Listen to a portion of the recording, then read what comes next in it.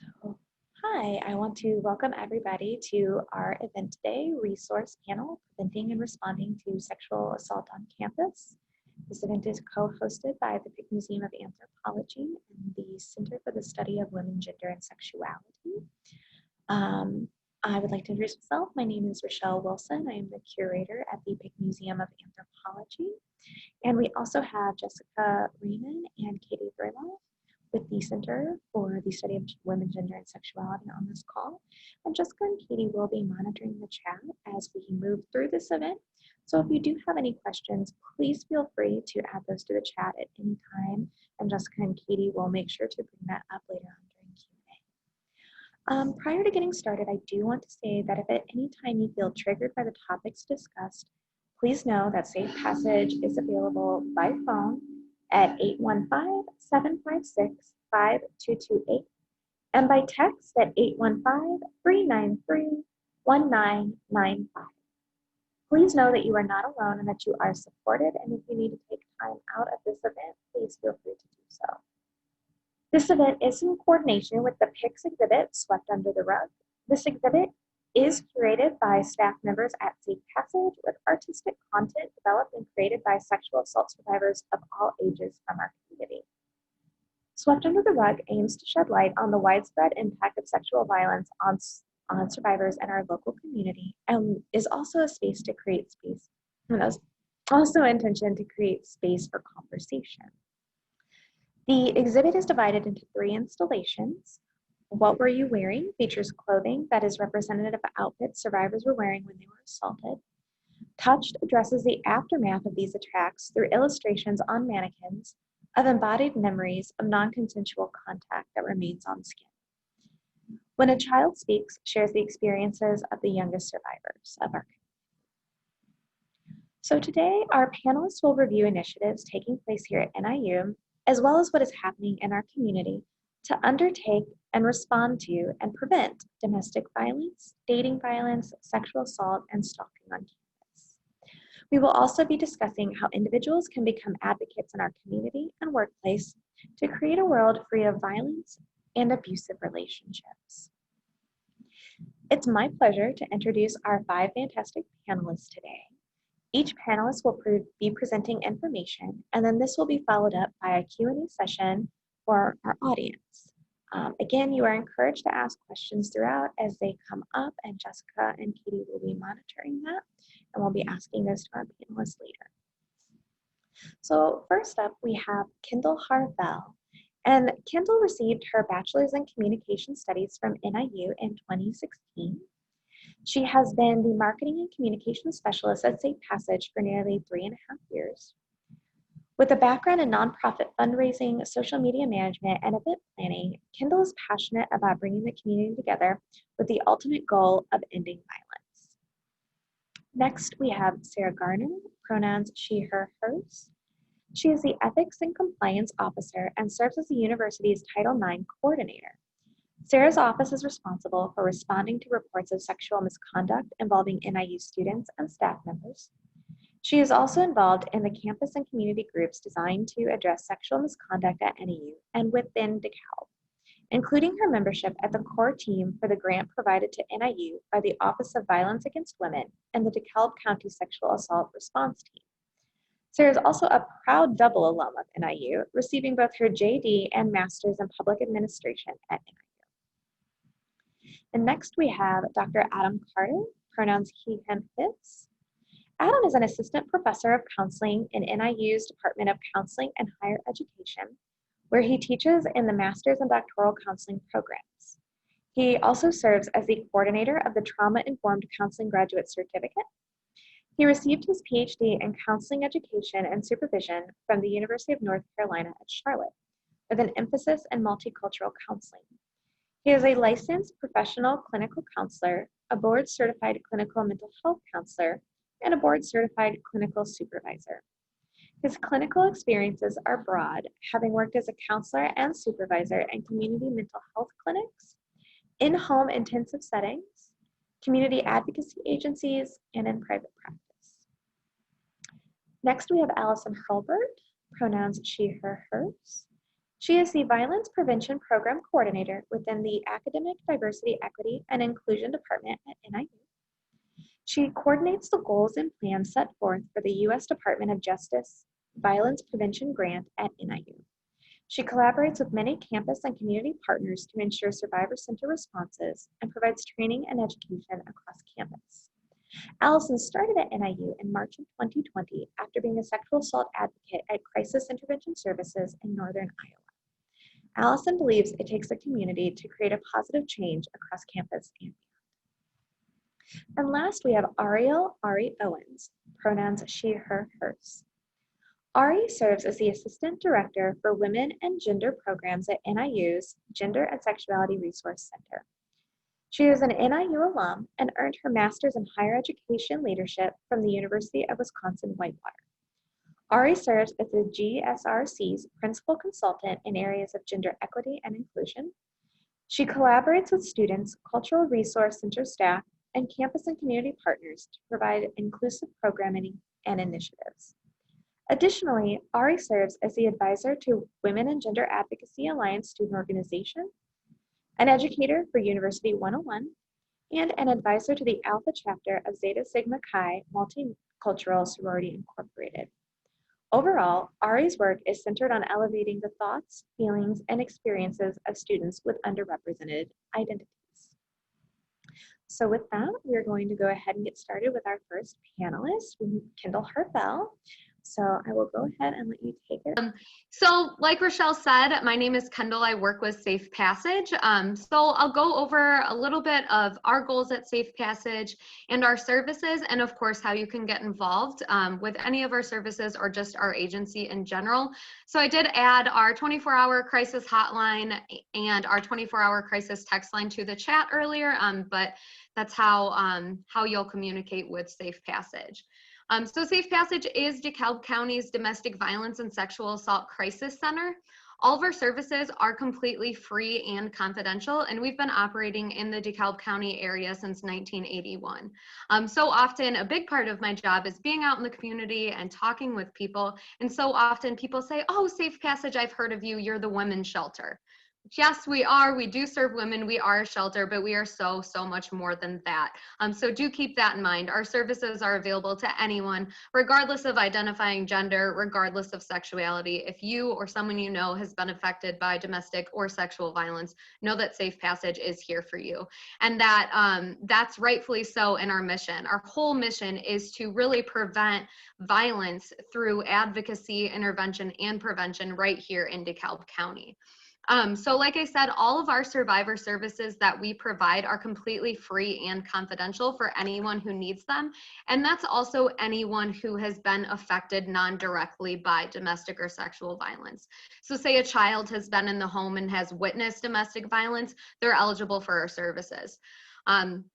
So like I said, we do have an emergency shelter for victims fleeing domestic violence. Right now, we do have a men and women's shelter. If someone is fleeing an abusive home and their kids also need to flee that home, their kids are obviously more than welcome to stay with us too. Additionally, as far as housing goes, we have a long-term housing program where people can stay with us for up to 2 years. Just people who need really that additional support, that extra time to get their ducks in a row in a safe and confidential environment. Like I said, we do have those 2 24-hour crisis hotlines. I'll add those in the chat one more time. But these serve a couple of different purposes. So if you are someone who lives in a home with domestic violence and you are curious how to safety plan, say you have 10 minutes out of the day where your abuser is not monitoring your every move, you can call Safe Passage and we can help you safety plan really to meet whatever goal that may be.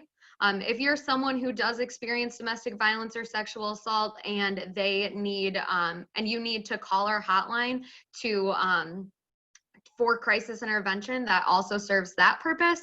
But our hotline also serves the purpose of if, say I had a friend that came to me and told me that they were assaulted or abused and I wasn't sure how to handle that, I could call or text Safe Passage and get some advice from the advocates that work on those hotlines.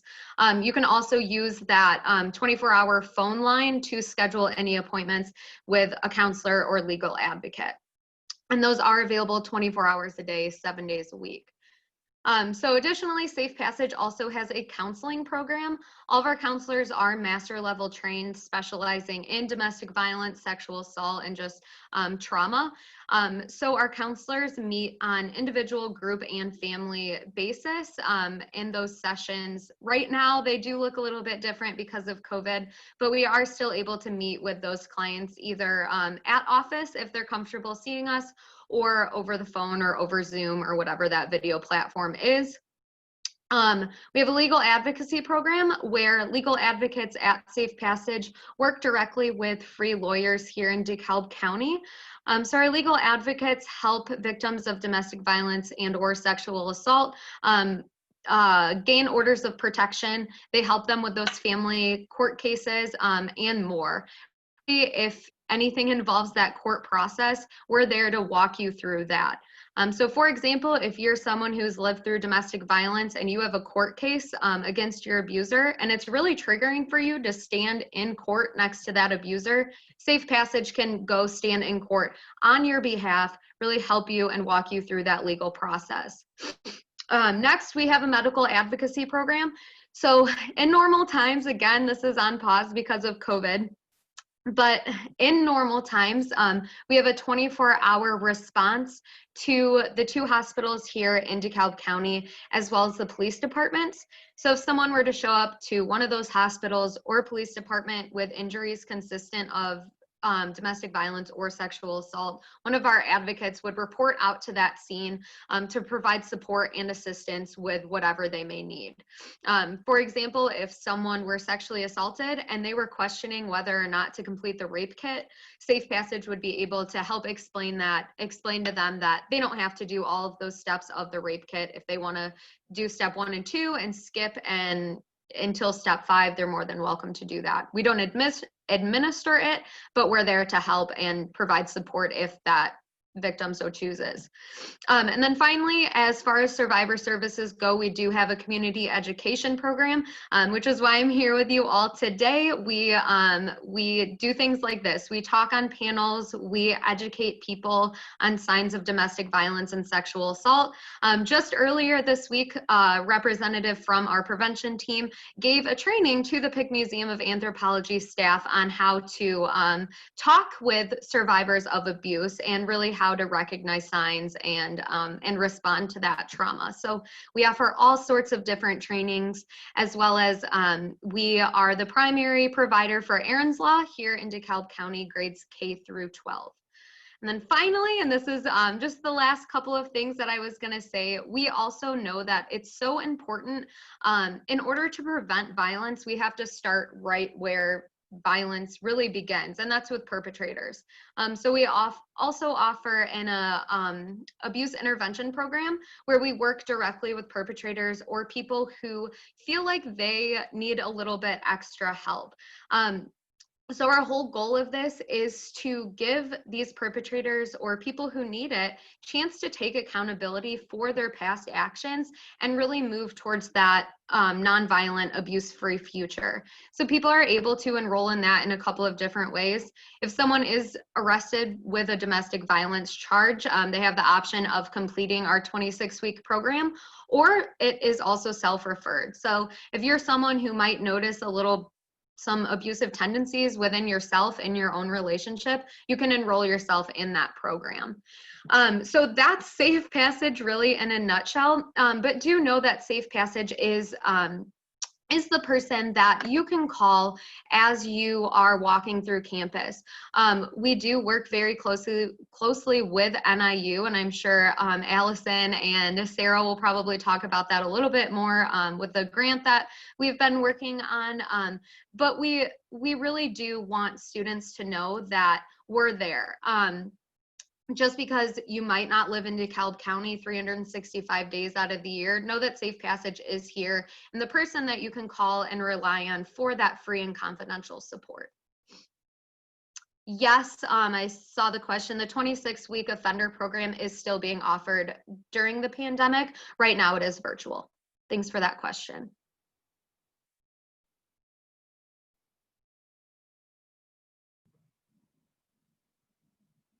That's all I had for you. Okay. All right. Well, then we will move on to Sarah Garner, NIU's Ethics and Compliance Officer. Awesome, thank you so much. And I want to note too is that Safe Passage is our go-to advocacy group for campus students. So we refer all of our students to Safe Passage for all types of advocacy. So they are such a blessing to our campus that we're so fortunate to have such a great, strong partnership with Safe Passage. So I'm Sarah Garner. I have a few hats that I wear. I'm also our Title IX coordinator for the university, and I'll talk a little bit about what that means. So I provide oversight over the university's response to sexual misconduct. So when individuals report that they've been impacted by dating violence, domestic violence, sexual assault, stalking, as well as sexual harassment, my office provides that immediate response from the university outside of the police, because they may respond as well. So we provide information to students who have been impacted by sexual misconduct about information, their rights and options, where to go to file a complaint, how to receive supportive measures, information on Safe Passage for advocacy. So really, we're trying to provide a holistic approach to providing that information to individuals who have been impacted.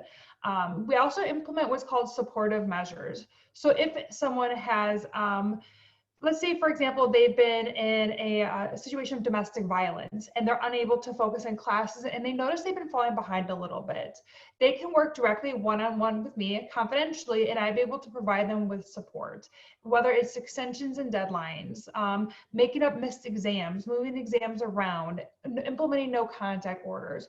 All of those things I can help students with, whether or not they want to do something formal. So if they want to file a complaint and receive a supportive measure, I'm there to help them. If they don't want to be involved in any sort of formal process, I can still help them, and I can also help them confidentially, which is great. A lot of students are unaware that they can receive such services, but they are able to, and we're here to help them make sure that they do succeed in school, despite what had unfortunately happened. I'm also involved in developing of training with students. Allison's probably gonna talk a little bit about training, but I help with the development for training for our students as well as our staff members on what is sexual misconduct. I also train our employees on their reporting obligation. All of our employees, unless you're confidential, like our counselors and our health professionals, they're required to report any sort of misconduct that they hear of from our students or our staff members. Those reports get filtered into my office, and I make sure that our employees are aware of that reporting obligation. And that's really where our response comes in, is the reports come to my office, and then we hit that response to make sure individuals are aware of their rights and options. I'm also involved, as Rochelle mentioned, on the Dekalb sexual assault response team. This is a team that's comprised of Safe Passage, police officers, nurses in the area, and other university administrators on how we can tackle the issue of sexual assault and domestic violence in our community and on our campus. It's really great to see different approaches and how we can coordinate that to provide more holistic services to our victim survivors, and not be so siloed in our response to helping individuals heal. So I'm really excited about that work, and I'm really passionate about that work. I also chair our university SMART team, which is our sexual misconduct and assault response team. We have individuals from housing, police, our training crew, the student conduct, Center for Student Assistance, counseling, consultation services, Safe Passage on our team, as well as the Sexuality Resource Center. And we're really the first responders in how we can provide information and how we can even coordinate our own university's response to better fit the needs of our students and our victim survivors. I'm very excited about that work because it's really great to have, like I said, all of our university first responders. I am going to share my screen and show you one of the websites that we had created. So this is our sexual misconduct response and prevention website. As a group, we kind of looked at this material and said, okay, if I were a student, how can I best phrase the information that's really understandable, especially in a time of crisis? So I encourage everyone to take a look. I'll throw the link in the chat for everyone, but it really provides great information that's really easy to read. So they can call the police. It kind of is what to expect, what's going to happen next, and what can I expect when I call the police, or when I go to the hospital, or when I call Safe Passage. provides information on how to file a report, also information on resources and other education and training. So once again, I will go ahead and drop the link in our chat. I do encourage you to visit it, as it is a very one-stop shop, campus-wide resource information for everything related to sexual misconduct on our campus. And that's about it I want to talk to you today. I'm really excited about the questions that are coming. And with that said, I'm going to go and hand it over to Rochelle. All right, so we will move on to Adam. Thank you. Thank you so much. I want to also thank you. As I'm sitting here listening, I'm very honored to be included in this group. I look at the group and I see all these individuals who are working front lines, and I thank you for that, because I now, as a professor, am training more than I am providing services. So thank you so much for being the faces, voices, and hearts that our survivors need. So thank you so much for that. I appreciate that. 4.5 years ago, when I started at NIU, I was given information and asked to make a program out of it. And what resulted out of that was the Trauma-Informed Counseling Graduate Certificate.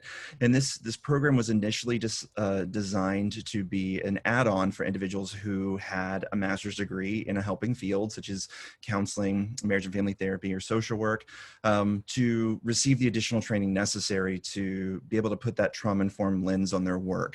Because historically in the field, the mental health field, trauma has not been something that has been front and centered. It really has been an add-on. The more research, the more experience that we're receiving, we're realizing that it's not an add-on. It is a necessary in I'm just going to say that it's a necessary lens for us to be able to provide holistic services. So when we launched it, we found that yes, we do have individuals who are coming back to receive that additional training, such as we have a lot of school counselors, which I'm very excited about. We even created a specialized course for school counselors about using trauma-informed practices in educational settings.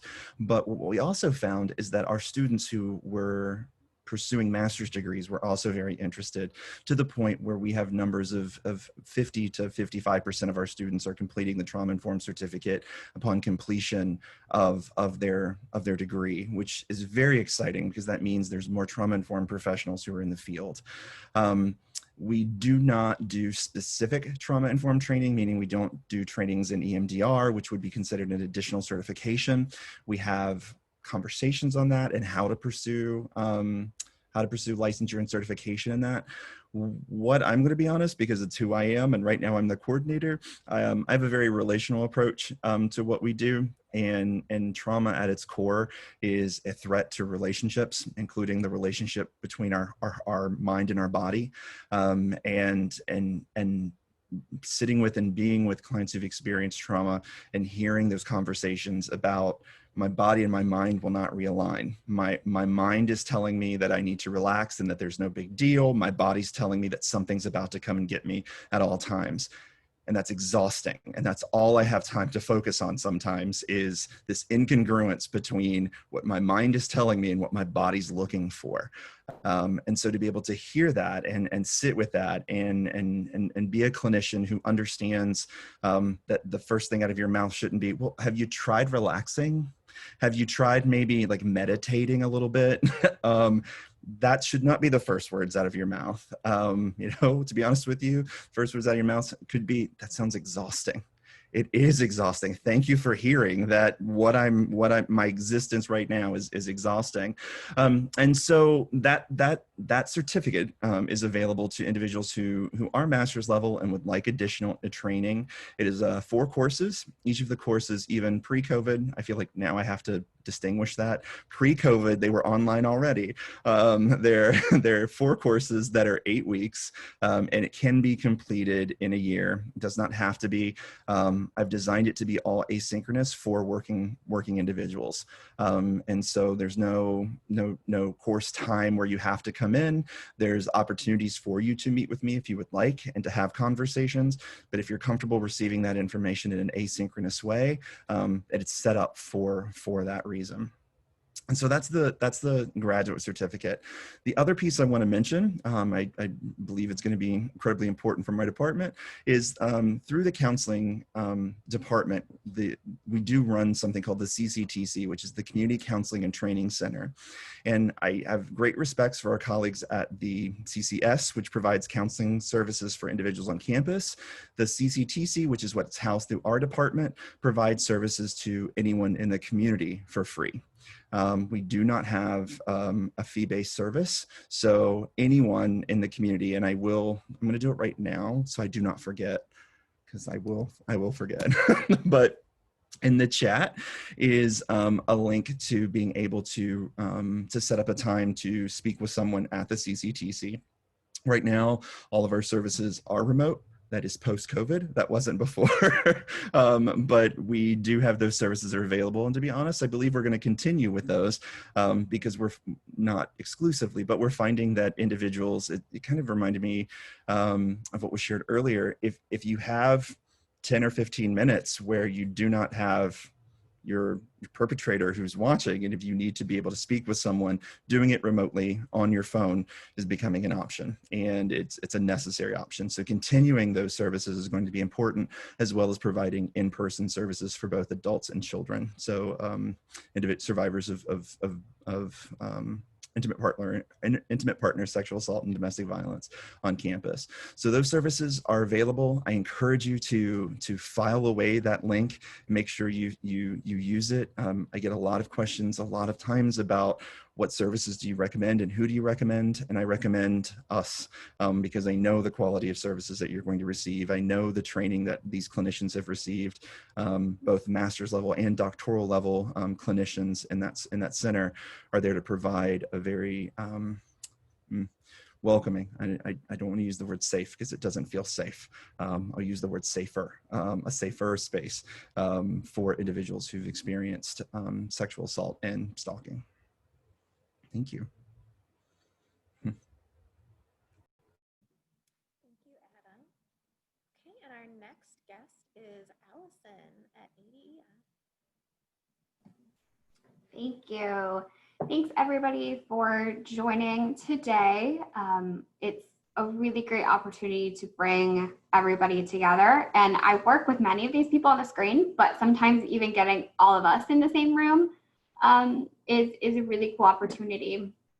So I just want to say thank you. And also that the reason I enjoy doing things like this is really just starting conversations. When working on a college campus, especially, a lot of this work is just starting conversations. So a little bit about me and my background. As was said in my bio, I was a sexual assault advocate at a community-based agency, much like Safe Passage, back in Iowa. And then I started here at NIU this March, so March of 2020, right at the beginning of pandemic time. I always feel like I have to include that as well. And I started as the Violence Prevention Program Coordinator. NIU received a 3-year grant from the Office of Violence Against Women. And this whole 3-year grant is to provide and promote violence prevention within college campuses. And so my job as the sort of coordinator is to sort of facilitate NIU's momentum and projects going forward in the realm of sexual misconduct. So we really focus on sexual assault, stalking, dating violence, and domestic violence. Among other sexual misconduct, which we sort of bring in here and there, such as sexual harassment, which we work with Sarah's office quite closely with to do some of that work. So 3-year grant, we are just starting year 3 of this. So we are sort of in full swing of getting our programs out there. We do quite a bit of training. Training would be one of the big parts of my position and the grant as a whole. One of our training programs includes new students. So orienting new students to what sexual misconduct is, what consent is, doing that basic knowledge, understanding, concepts that students are having conversations about and may not be having conversations about. We have varying students that come from all over, and it is really a really good part to sort of give everybody the same basis and that same education and knowledge. So new students are required to take a training. Hopefully one day we can go to in-person training during their first week here, but in the meantime, that is through an online training module. We also coordinate education and training modules for returning students, as well as new employees and annual employee training, again, along with Sarah's office. So all of those are sort of constant trainings that we continue to do every year. Our biggest training workshop has been our Active Bystander program. So that is an 1.5-hour program that in the beginning sort of works us through some of that basic knowledge and understanding of consent, of sexual misconduct. And the real meat of that training is how to become an active bystander. And what that means is that we want Huskies, we want students, we want employees to be able to step up in situations that may look a little unsafe or that could bring harm to people, whether that is seeing two people fighting outside of class, or whether you're at a party and you see someone that looks uncomfortable. Being that active bystander and being able to step up in those situations can bring a lot of safety for people and can possibly stop some serious harm from happening. So we have students that go through scenarios in that training. We have discussions about how to step up in those situations, what actions we can take. And a big part of those trainings at the end is talking about reporting, talking about resources on campus. So many of the people here today are listed in those trainings we talk about all the time as resources for students on campus. Another big part of my job is, along with the training, is doing smaller trainings. So this month, yes, we are still in October. I had to actually look at my calendar. October is Domestic Violence Awareness Month. So in partnership actually with Safe Passage, we have held 2 virtual workshops this month, and that has been super awesome. And we've had some great discussion in there, great student discussion, great employee discussion. And again, most of the reasoning behind some of these workshops is really to get that conversation started. So besides the training, the other big part of my job is sort of the collaboration on and off campus. So working with Title IX office, working with athletics, working with marketing, and then working with Safe Passage off campus. Bringing all of these people to the table so we can talk about the issues that we're seeing. Are we seeing a spike here? What are students talking about? How are students dealing with COVID, and how can we best support relationships in the time of COVID? Again, it's really about bringing people to the table so we can all together have these conversations. And so I think it was Sarah who said, so we're not so siloed anymore. Even just across campus, bringing everybody together has a huge impact. And of course, we are constantly educating ourselves. Even though we are in this work and we do this work constantly, we can also educate ourselves on best practices and new techniques and what's the new cool things out there around violence prevention. So education and collaboration are sort of my two big parts of this grant. And like I said, 3-year grant, it's super awesome that NIU is committed to doing this violence prevention work, which is awesome. And it has allowed us to create such awesome collaborations, again, not only across campus, but off campus. So that is all I have. Again, I just want to thank everybody, not only the people attending, but also my fellow panelists for doing all the work that you guys do. Thank you. All right, and we will move on to our final panelist, Ariel Owens. Thanks, Rochelle. And I want to echo all the other panelists. Thank you. I know I've worked with some of you, but others of you, I've heard of you from my students who I work with. And so you're all great. I have a lot of respect for you. I'm also really happy that I'm going last, which I learned today, because much of what I do is referring to the great work that you all are doing. And so again, as a reminder, I serve as the Assistant Director at the Gender and Sexuality Resource Center. So oftentimes students who identify as LGBTQ will seek out resource centers, even though you all are the ones on the front lines doing the work, just for fear of maybe their identities aren't going to be affirmed in spaces. And that's not a reflection of the great work that you all are doing. It's just history in society, and you know, rational, valid fears many times. So the GSRC, we're not a center that explicitly does domestic violence or sexual assault prevention work, but we definitely interact with students. And as students, sometimes they have those experiences. So as a center, we really are here to just be a listening ear and to affirm people's identities. And in addition to students who hold LGBTQ identities, also students of color. You know, in addition to just being a place with a staff that people can talk to, another one of our roles really is just challenging the way that people think about who domestic violence impacts and who like sexual violence impacts and who perpetrators are.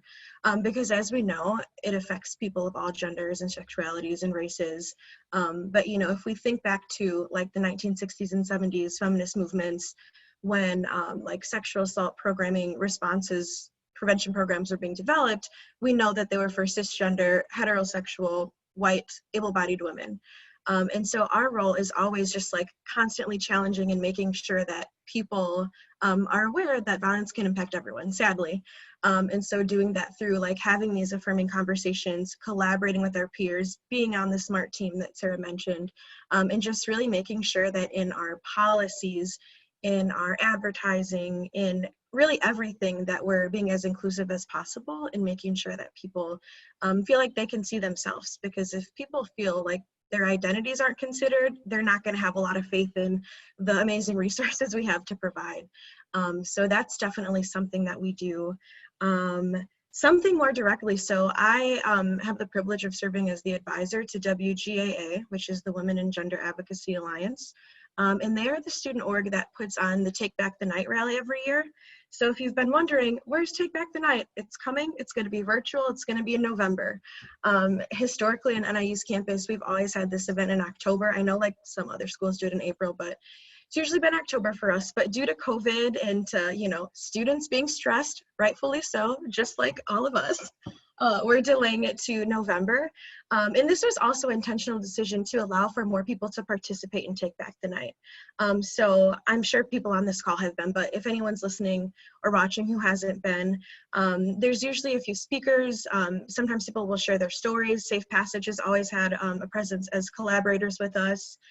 People bring signs, and it really is a time to join together with survivors and allies.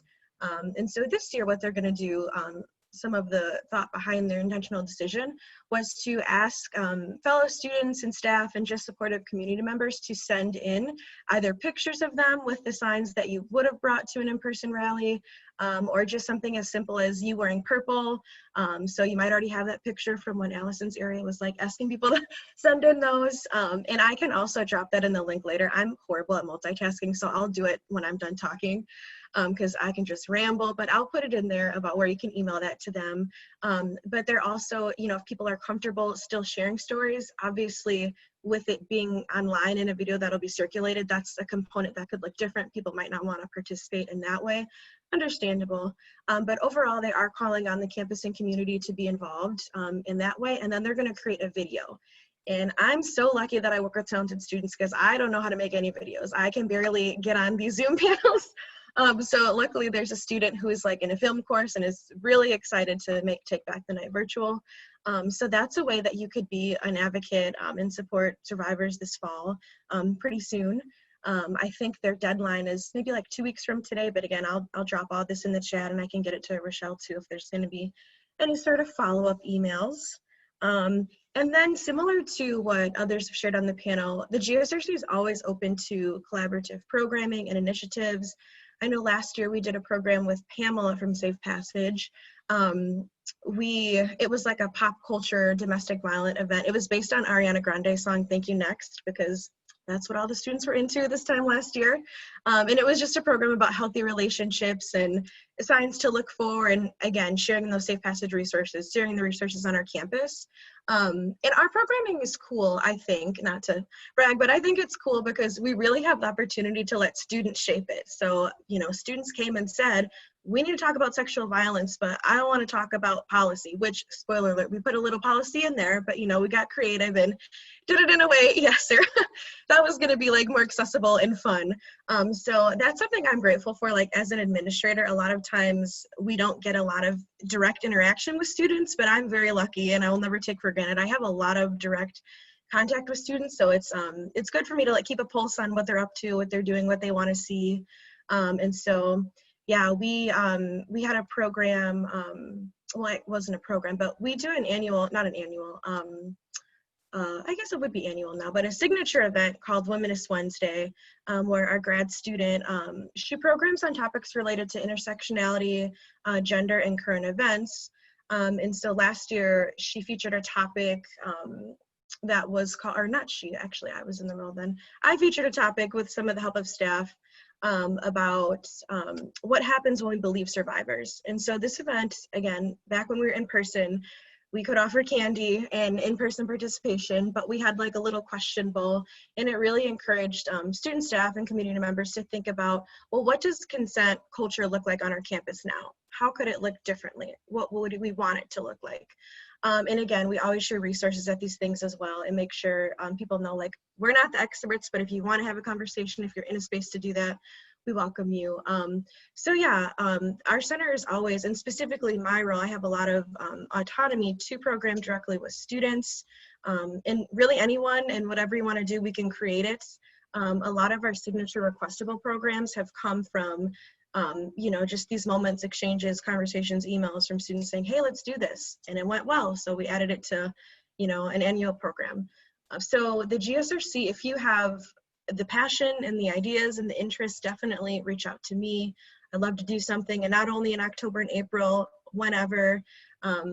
So yeah, I would say that's our biggest role, is sort of that educational programming, awareness, meeting students where they're at, whatever that looks like. And also just making sure, so like committee participation, like SMARTS and other committees, making sure that the students' voices are being centered, and not just the students who are always called on, but LGBTQ students. Sadly, as we know, research shows us that trans and gender non-binary students are more likely to experience all forms of violence.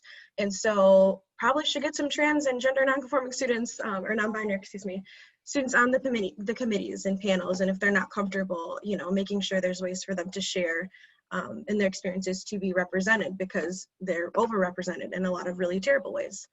So yeah, I don't mean to end on a depressing note, but that's most of what I do at the GSRC and how the GSRC interacts with these topics. Yeah, and I will, as I said, put that link, or it's not really a link, but the details about Take Back the Night and how folks can get involved. And thank you to the CSWGS and to the museum, and I look forward to questions as well.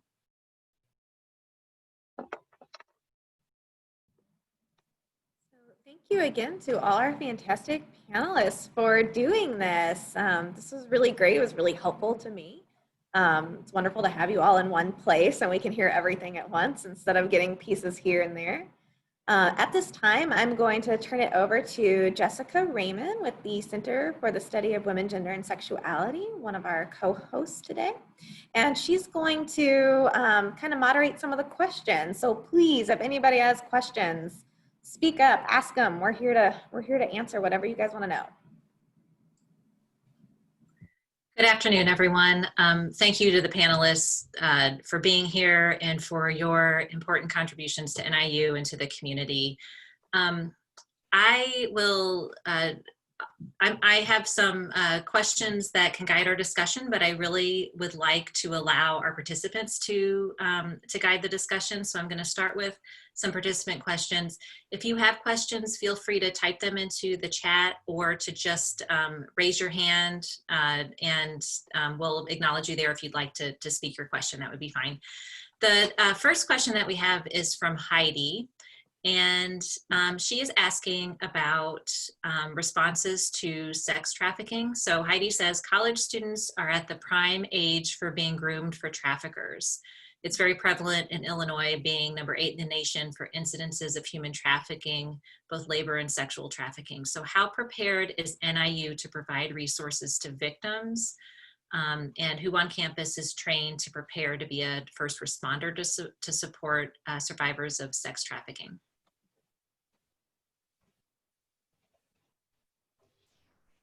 I can go ahead and start with an answer for that question. The first part, and look at the chat here. So how prepared is NIU to provide resources to victims? One thing I always joke about, but I'm so proud of, is that we are such a resource-heavy university. Whether it be through our on-campus resources through our counseling center, or with our Gender Sexuality Resource Center, or the Latino Resource Center, or our partnerships with Safe Passage, or our Ben Gordon Center. We have so many resources for students at their disposal. And most of them are free of charge, which is absolutely fantastic. It's such a great opportunity for students to understand what is the benefit of an advocate, what is the benefit of a counselor at this time when it's so important for them. So NIU, we have so many resources to provide to victims of trafficking, and I hope that those individuals do seek out those resources, especially those that are confidential, so they can understand their rights and options and to address what they may have experienced. I also know that our police department does a very fantastic job of responding to victims. They are also in charge of our annual Clery report, which does put out numbers. It doesn't put out information about the prevalence rate of human trafficking in specific, but it does put out the prevalence rate of other types of crime, violent crimes on campus, including sexual assault, stalking, dating violence, and domestic violence. I would refer you to our annual Clery report for that information, and I can go ahead and drop a link in the chat with where you can find that information. Yeah, just to jump on that response too, and I know at the beginning I said Safe Passage is the county's domestic violence and sexual assault crisis center, but we do serve victims of sex trafficking and stalking too, really anything that falls under that big umbrella term of sexual violence or domestic violence. So Safe Passage can also be a resource, just like Sarah said, there are so many resources in our community that can help victims of sex trafficking.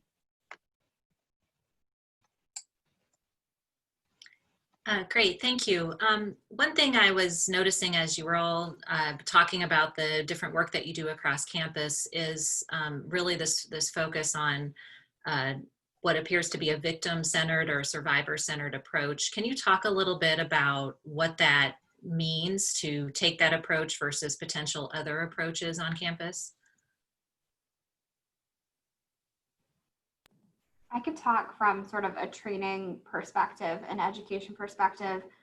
I think anytime we are formulating any sort of education, training, workshop, panel submission, anything like that, we want to use victim voices. And so a lot of our best practices come from what we hear from victims and survivors, and integrating that into what we're talking about, and also making sure that we are very inclusive. So a lot of our training goes through many sort of different committees and offices to make sure we are being inclusive of everybody. And so after all of that training and promotions and anything sort of that NIU puts out goes through a lot of that stuff, we really hope that is at the front and center of being sort of a public face of being victim-centered and survivor-centered. So we are always looking to make sure we're using correct language, correct terms, or also just terms that survivors are using themselves. We can get And I'm sure Sarah hears this all the time, very legalese in some of this work, but making sure that if we're putting information out to students or employees or the community, that we are putting out information that is easy to understand and that survivors will feel comfortable with.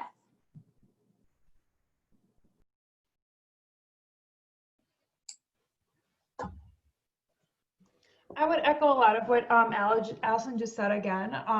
You know, in my role, you know, we investigate complaints that our office receives regarding these experiences, and it's, you know, we have to remain neutral, which is always a challenge. So how can we remain neutral and unbiased, yet be compassionate to our students, to understand that with the trauma they experience, how it may impact our investigation. It may impact the statement that they share. So we take into account those types of things. For example, if an individual had experienced trauma, their stories may be in the sense of it's not going to be linear. It may be presented more of an incomplete way. Their memory may not be as clear as we would think it would be, because once again, trauma impacts memory. Also, the way that they present themselves may be different as well.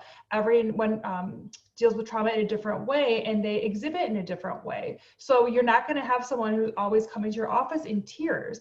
They may be laughing. They may be completely out of it, because that's how they're experienced trauma in their own personal way. So we always we look at those things to understand, okay, well, this may be trauma as to why, you know, stories may be a little bit disconnected, or maybe where they're not presenting themselves in a way that people think victim survivors should present themselves. One thing we also do is we always explain ourselves when we want to ask a question, but we have to ask it for an investigation. For example, we want to say, how much were you drinking that night? Automatically, someone may say, well, why does it matter how much I was drinking this night? This shouldn't have happened. Well, it lets us know for incapacitation purposes. So we'll say, I have to know how much you're drinking that night, because we need to know whether you were incapacitated. Because if you were incapacitated, you were unable to consent. So we always kind of explain the questions that we ask so individuals understand why we need the information, and letting them know that we're not using it as an accusatory way, but we're really needing to get down to what happened and determine whether or not some wrongdoing had occurred. So those are some of the things that we've done to be victim-centered, trauma-informed in the approach that we take within the university. There's a question in the chat to follow up from Heidi again. Do you ever use the practice of having survivors help to mentor or provide support to other victims or survivors? Is that something that is used? I can go ahead and talk about that just a little bit, and I'm not sure exactly. And I use Take on this, but at Safe Passage, I think, and I'm sure with so many of our panelists' roles or roles that are very similar to this, we're in this field because we care. And so often we're in this field because we've experienced something along these terms. So I wouldn't say necessarily we use survivors to provide support to victims, but I would say a good majority of our staff are survivors themselves. So, you know, we know it's so important. It's coming from a place of we've been through this, we understand, we want to help. I think that would be an appropriate time to sort of talk about possible student group support. And, you know, it's completely different coming to a Safe Passage advocate or Sarah as a very formal Title IX coordinator. Sometimes those roles can be very intimidating and sometimes off-putting and not feeling as safe for survivors. So talking about other ways and other places on campus that students can find that support. So whether that's a club they're really interested in or a club that they identify with, having that other student support, while not maybe directly survivor to survivor support, can really help students feel that support.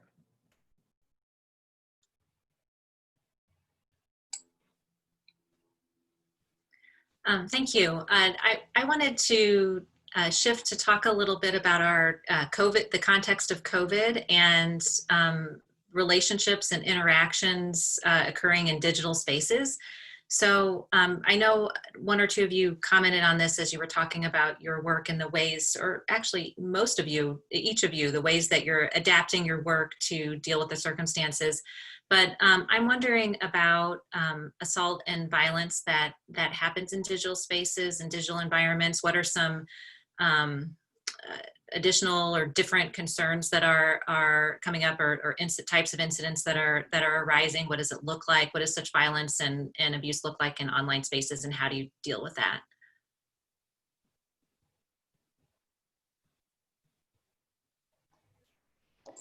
I can start. No, at least for NIU, we will address conduct no matter if it happens in a physical environment on campus or in a digital environment online.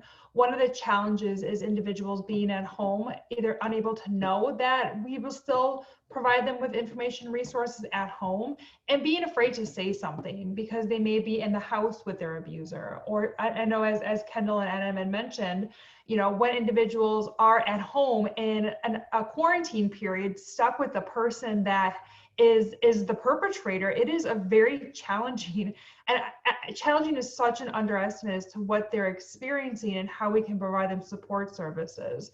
So really being, you know, Safe Passage was really great, providing that text line right away when COVID happened, knowing that it's much easier to do a quick text than having to pick up the phone and call someone, let alone go drive somewhere to go visit someone. So we really quick, Safe Passage was really quick to adapt to this challenging environment, presenting a lot of nuances that we never experienced in our area, that we were, like I said, really quick to adapt to the online environment. Also, our process remains as is. We do everything virtual now, which is great.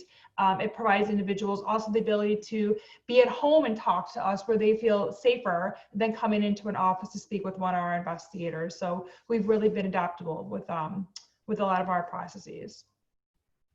Yeah, thank you, Sarah. Exactly. That's the whole reason we really did implement this text line. We know that the rates of domestic violence and sexual assault, domestic violence specifically, just skyrocketed when, you know, the whole quarantine COVID thing started happening. So rather than picking up a phone and, you know, maybe escaping that watch of an abuser for 5 minutes to make a phone call, we thought it would be a lot easier for someone who is experiencing violence in the home, whether that's an adult or a child, to text us. Like I mentioned earlier, our text line is free and confidential and available for all ages. We tell kids all the time when we're doing our Aaron's Law presentations that, you know, if they text us, we're not going to say, hey, you're texting, the way that you text sounds a little bit young. Like, you need to put your parents on, we need to call your parents. We're not going to do that. But we know that digital abuse and technological abuse is something that we see across the board, but everything has really escalated during the coronavirus. So I think it's important to be aware of those signs and just aware on how to reach out for help if you so need to. One of the things that actually was brought up in my last virtual workshop I co-hosted with Safe Passage was just the concept of checking in on your friends, especially in college. I mean, you know, when you come to college, your friends go different places, you're in different states, you're away from your support systems. So that all really got escalated with COVID. And so just checking in on your friends, whether that's you know, hey, I saw, you know, a cool Instagram picture, you know, how are you doing? Or, you know, I haven't checked in on you and your boyfriend, how are they doing? Just being there and doing those little check-ins can really help somebody feel that you are there in that moment, or you're there, you know, 3 months down the line. Especially with relationships, sometimes you don't really know what's going on. And sometimes you don't feel safe enough to leave. But having those friends and that support system there can really, really help before COVID, and now especially in the times we live in now. And also just that there's also types of intimate partner violence that can happen remotely. There's a lot of examples, but the one that really springs to mind is individuals who may be in closeted queer relationships, and the threat of outing your partner is a form of sexual violence. So you don't have to be in the same room, you don't have to be in the same state or the same time zone, but getting it, like holding your partner or partners captive by saying, if you were to end this relationship with me, I will let your mom or dad or grandmother know that you were dating me, and I will send them pictures that you have sent me to prove that you were dating. And so those things can happen across the board. We know that regardless of sex, gender, or sexual identity, but I guess what I'm sharing is it hasn't stopped, right? And so we know that sometimes when perpetrators do not have that direct contact, that need to dominate and control doesn't go away. And so how does it manifest, and what does it look like now? I think as Allison said, like if your partner lives in Illinois and you live in Iowa, but you want to make sure that they know that you're still in control. What would that look like? How would that look like? It does not, just because individuals are in different states or in different homes, doesn't mean that abuse is not still occurring.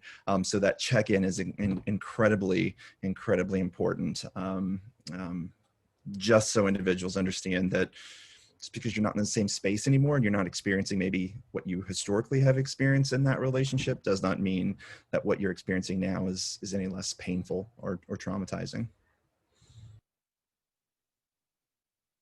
Yeah, that's really interesting. I mean, what I'm hearing from you as a group is that the technology is certainly allowing us opportunities to provide support and response, but that relationships that are occurring almost wholly online also present some opportunities for abuse, which in perhaps more so than in the past. Do you find that the campus community and those who you serve are familiar with calling those activities or understanding those activities as abusive? Or is that something that is new to a lot of people when they're thinking about sexual violence or assault or abuse?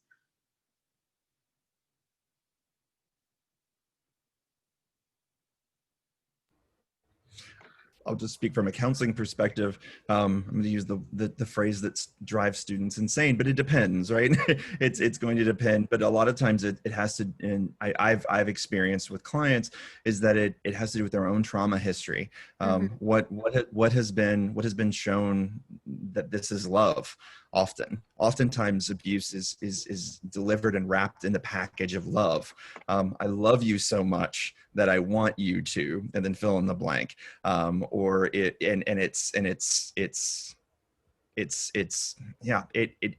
rewires the brain. And so when you're working with individuals, and it depends on the setting, in counseling, we when things are aggressive or harmful, we address them as aggressive or harmful. But in other settings, you may be in a position to label it as abuse and say, this is abuse. This is what this is. Our relationships are a little more nuanced, where we try to create that space because we want people to be able to come back and explore that. But for me, in counseling experiences in the past, a lot of it has to do with the relationship model that has been provided earlier in life. Yeah, I agree. I was going to say from more of like an educator's perspective, when we are doing presentations with children about teen dating violence, specifically with technological or digital abuse, people do often think that, you know, these constant text message or calls or liking photos on Instagram, like kind of that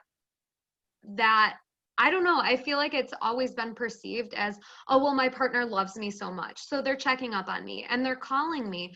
And I really do think it's hard for people to understand that domestic violence and sexual violence are so complex, and it's not just a punch or a slap or getting raped. There's so much more under that. For teens specifically, I think the One Love website is a great resource for all things domestic violence and sexual assault. We use that and refer to that website all of the time, but they have a specific page just dedicated to technological abuse, specifically with teens. Great, thank you. I am seeing, we're talking from the perspective of educators and staff on a college campus, and I know there are a lot of faculty members on this call. So I'm wondering about what individual faculty members can do to adopt trauma-informed teaching practices. How can we be proactive, responsive to the needs of students who experience trauma related to sexual violence or abuse, and how do we make them feel safe?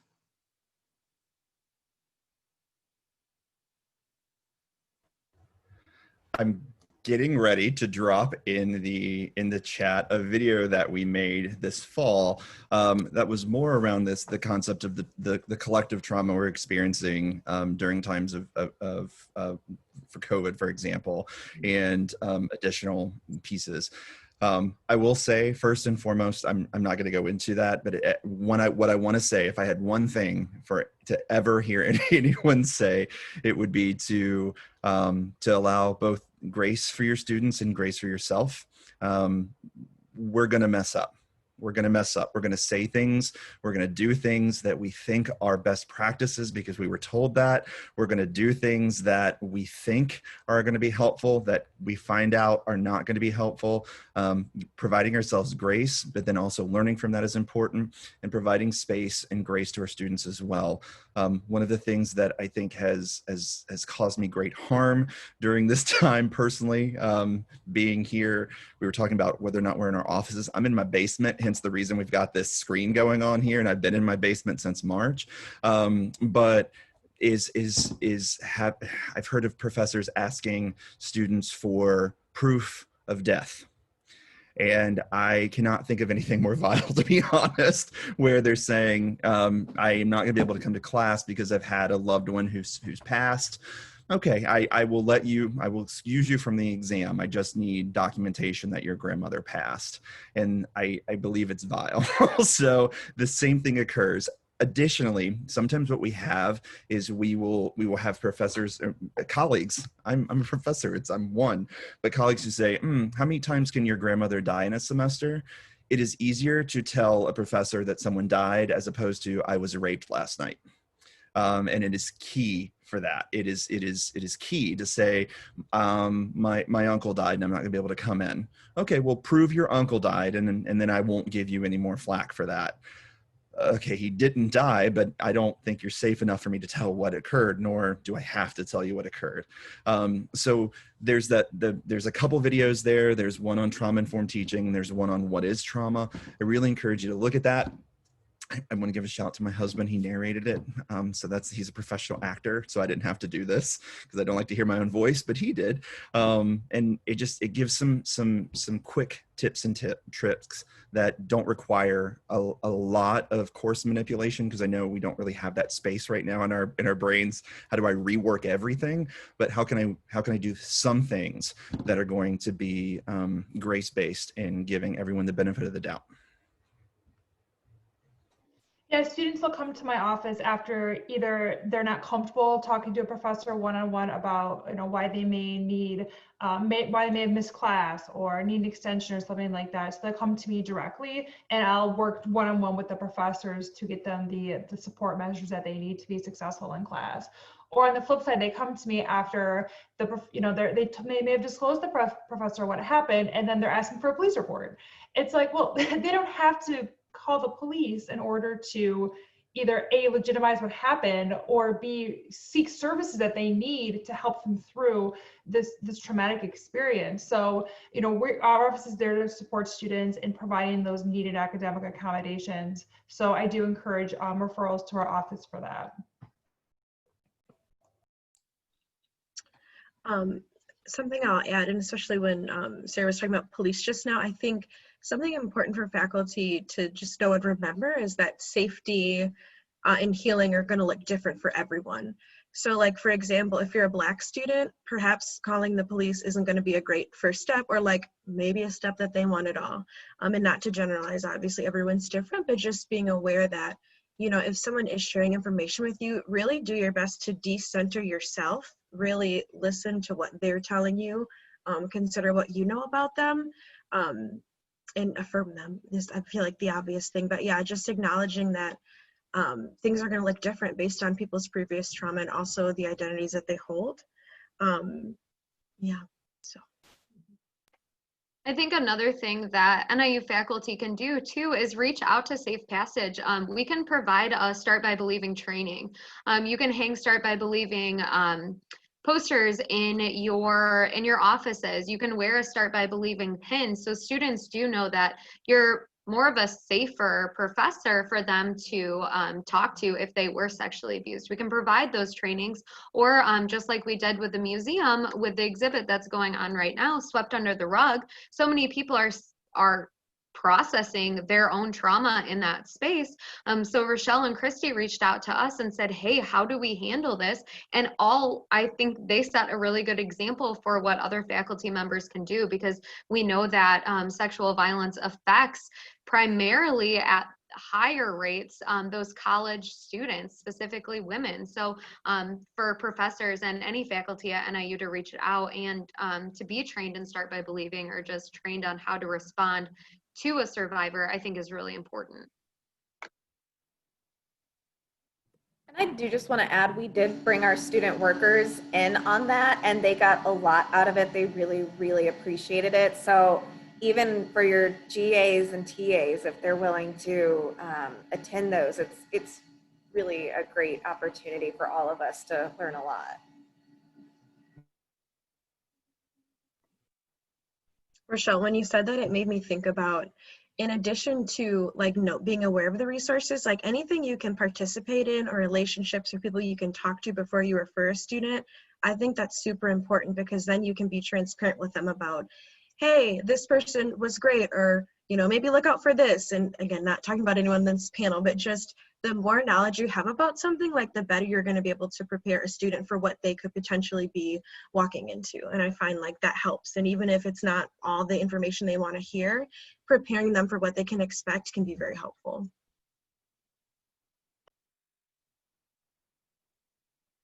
Yeah, wonderful. I mean, these are all great resources. I'll definitely take a look at Adam, at your presentation, and work this into my own syllabi.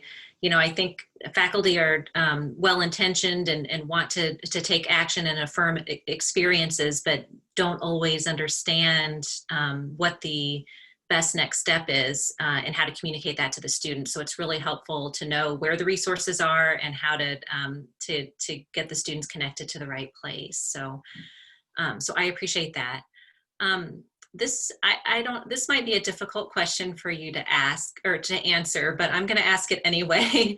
I'm wondering, in your opinion, what our campus community might do better to prevent and respond to sexual assault and domestic violence. So are there opportunities for improvement that you perceive that maybe some people on this call might engage in? Some recommendations for areas that you think that we have room to grow? I'll follow up on this. I mean, just like I said, the whole reason we created that exhibit, the Swept Under the Rug exhibit at NIU, was for our community to see that sexual violence and even domestic violence happen right here within the walls of DeKalb County. We know this is something that affects so many people, and it's not going away anytime soon with how the community, not just specifically DeKalb community, but all communities respond to survivors of domestic violence or sexual assault. So I've said this a million times, but I think that my number one piece of advice for something we can all do better is to start by believing. Like I said, you can take that training, but so often when when a survivor approaches someone and says, I was sexually assaulted, they're often met with responses like, well, what were you wearing? Or why were you at that party? Or you knew how that person was, you shouldn't have been hanging out with them. Or why didn't you do this better? So I think it's so important for us as people who I guarantee interact with survivors every day, regardless of if we know it or not, to start by believing and start with that place of understanding. You know, say, thank you for telling me that. I believe you. What can I do to get you support? And I think that's really where it starts, because we all have so much work to do as community members. That's why we haven't been worked out of a job. Domestic violence and sexual assault still exist within our community. So I think it is so important to just start by believing and be supportive rather than judgmental.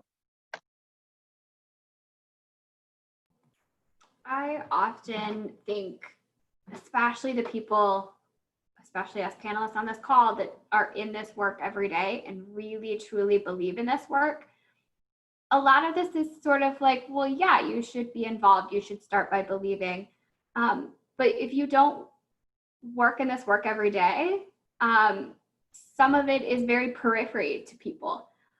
So I think going back to sort of the last question of faculty and staff, I think another good first step is just educating yourself.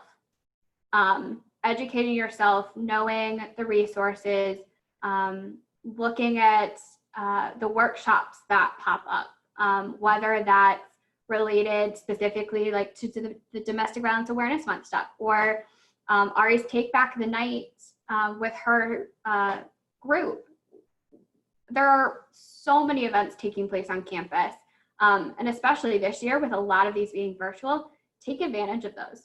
Whether you're a student, whether you're faculty or staff, whether you're a community member, just taking that time to educate yourself, and then having those conversations with friends and family. Sexual misconduct, not the easiest topic to talk about, especially with friends and family. Nobody really wants to engage in these conversations very often. But taking those specific times and picking out those specific moments to say, you know, I support you or I believe you, can really go very far, whether that's you're talking to a survivor or not. And you may not know, because we interact with so many people, and probably now more virtually. I have probably done more meetings virtually starting in March than I would have in person. And I don't know the next time I will be talking to somebody who is a survivor. So educating myself and just really taking in some of those positive advocacy, peer advocacy moments, I think is a really good place to start. And I'll echo Allison, you know, educating ourselves and having that conversation. And then when those conversations start happening in those silos, you can kind of make it more of a community effort then, because we need to have the conversations happening at a much more widespread level in order to really make change, instead of just occurring, you know, a great start is occurring with your family in your home, but then take it outside of your home, talk to your friends outside your home, other students, and then we can kind of start all moving together to end this issue on our campus. So, you know, I really echo what Allison has said and all the panelists today, so.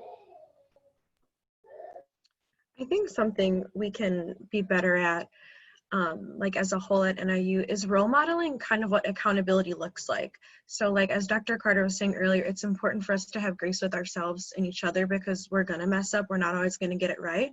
And then I think the next part of that is like that accountability. So, you know, whether that's me saying, hey friends, like this program that I've done in the past, it's been kind of binary. Like, let's fix that. Like, let's make it more inclusive, because I think a lot of times we talk about, oh, let's do better, let's be better. But if there's like a lack of leadership showing how they rectify their mistakes or how they're better than other people, like everybody wants to be better in private, but it's like, okay, since we all know we're going to mess up and we can have that grace with ourselves and each other, how can we lead and show other people what it looks like to take accountability? Because then it's going to spread in a positive way. So that's something that I think of NIU being able to be better at.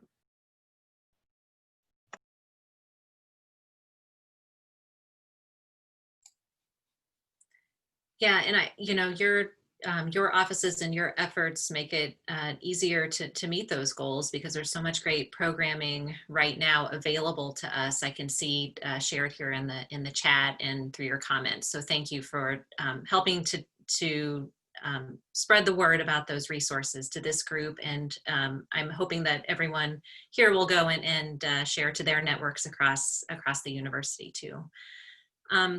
I would like to give a last call for questions in our chat or from other participants or from Rochelle. I do have a question for Adam. You focused a lot on the graduate work for the counseling certificate, but a lot of us work with undergrads. What's available for undergrads or even any of the panelists in terms of how they can get involved in doing this advocacy work or pursuing this as a career path? Sure.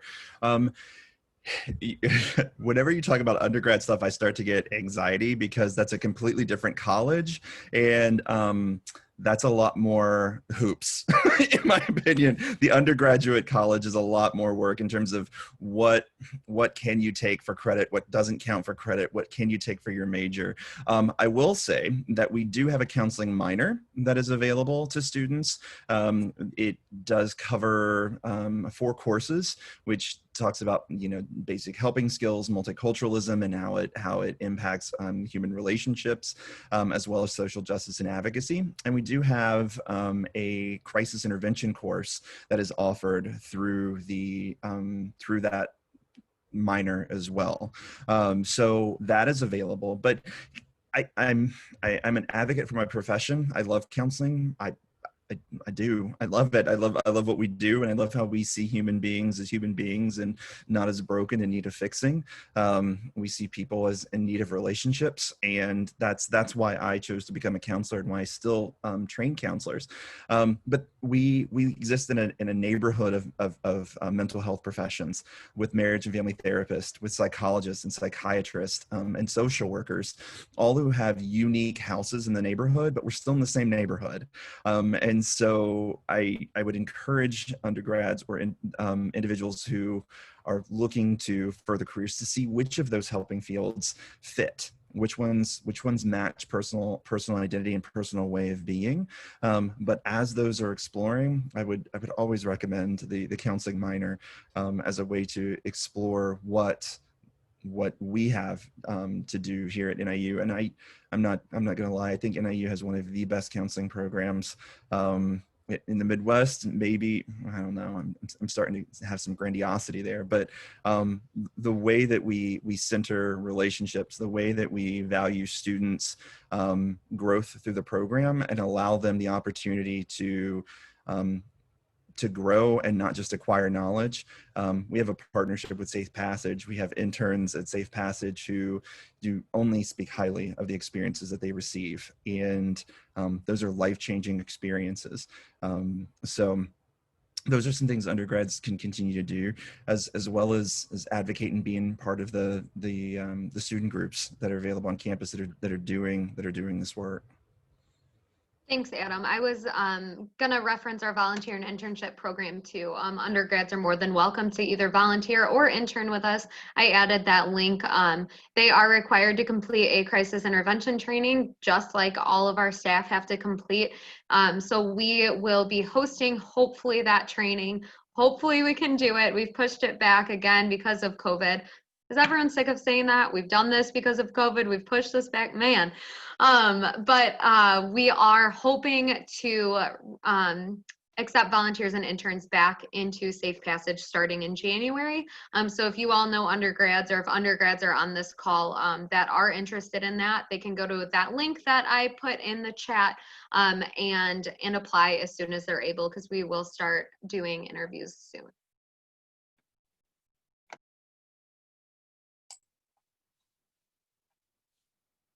Wonderful. Do we have any other questions to ask of our panelists?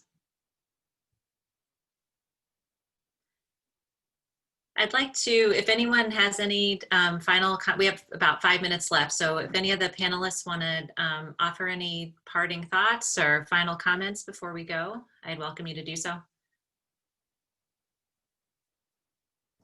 I just want to thank all of the individuals who participated in the Swept Under the Rug program. The courage and the bravery you have to participate is just it's really admirable. So I want to thank everyone for being a part of that. Thank you. That was going to be my final comment too. If you all have not gone to the Pig Museum of Anthropology to view that exhibit, I highly, highly encourage you to. Our survivors worked so incredibly hard on the artwork that was put into that exhibit. You know, we had survivors who were abused as children, but still had held on to their clothing that they were assaulted in. And you can see that in the museum. We sat down with our younger clients and asked them what they would tell the community about sexual assault. One little girl that we work with said, "I wish we could just shut the door on abuse." I was like, me too. So it's a really, really great exhibit. I will add that link in. And we, again, are just so grateful to the PIC for allowing us to occupy that space. But we do think it's something important that everyone should see, and it is free to visit. And I will add to that, as Kendall and I have talked about before, because of COVID, with having individuals coming in, it's really become a safe space. Individuals are coming in sometimes alone and are able to process through a lot of things in that space very safely.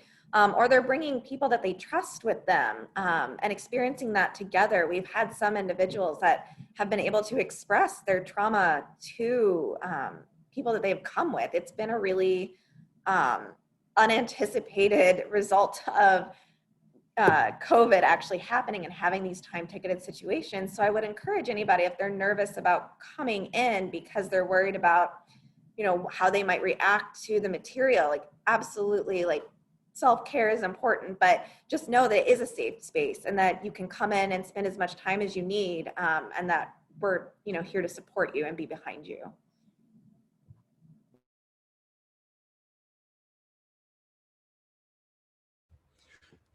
I would share that it is possible and it is very doable to stop generational trauma, which is incredibly hard to do. I think of it as a boulder rolling down a hill, and the more it rolls down the hill, the more it picks up this kinetic energy that just forces it down the hill. And it's possible to do that. I want to share it's possible to do that alone, but it is also, it makes it so much easier if we do it as a neighborhood in a community of support.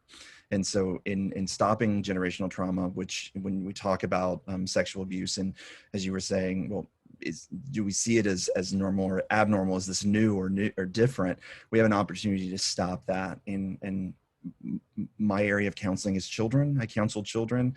And one of the ways we can do that is by normalizing these conversations about bodies and where we have these conversations. And I encourage you to have conversations over the dinner table or in the car. Don't make it a thing where we have to set this family meeting and the tone is ominous and we're nervous and what's happening and why are we now sitting in a circle in the living room, but talk about it over pizza as we're talking about how we have body autonomy and who should be touching, including caring adults.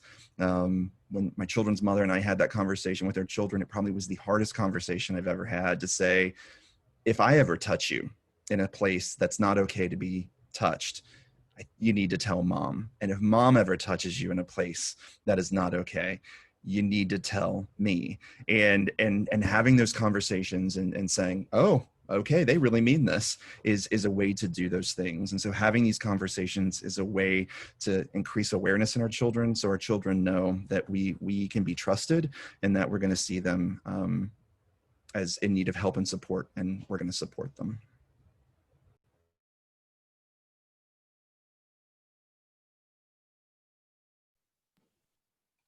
Just ditto what everyone else said, and thank you for everyone who came, and to the panelists, and don't hesitate to reach out to the GSRC. We're always happy to brainstorm and support and just listen and affirm if anything else. So thank you.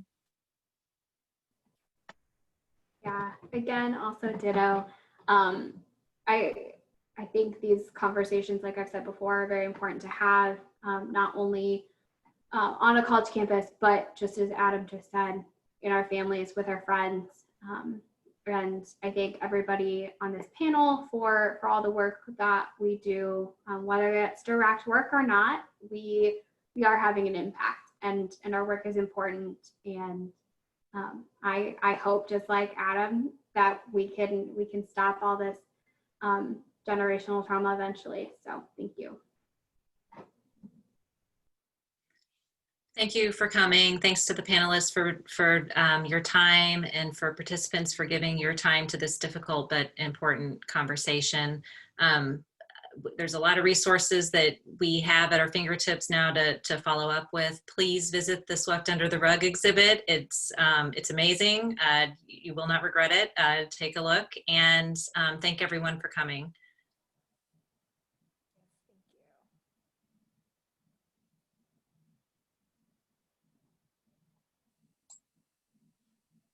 Okay, I'm gonna figure out how to stop recording.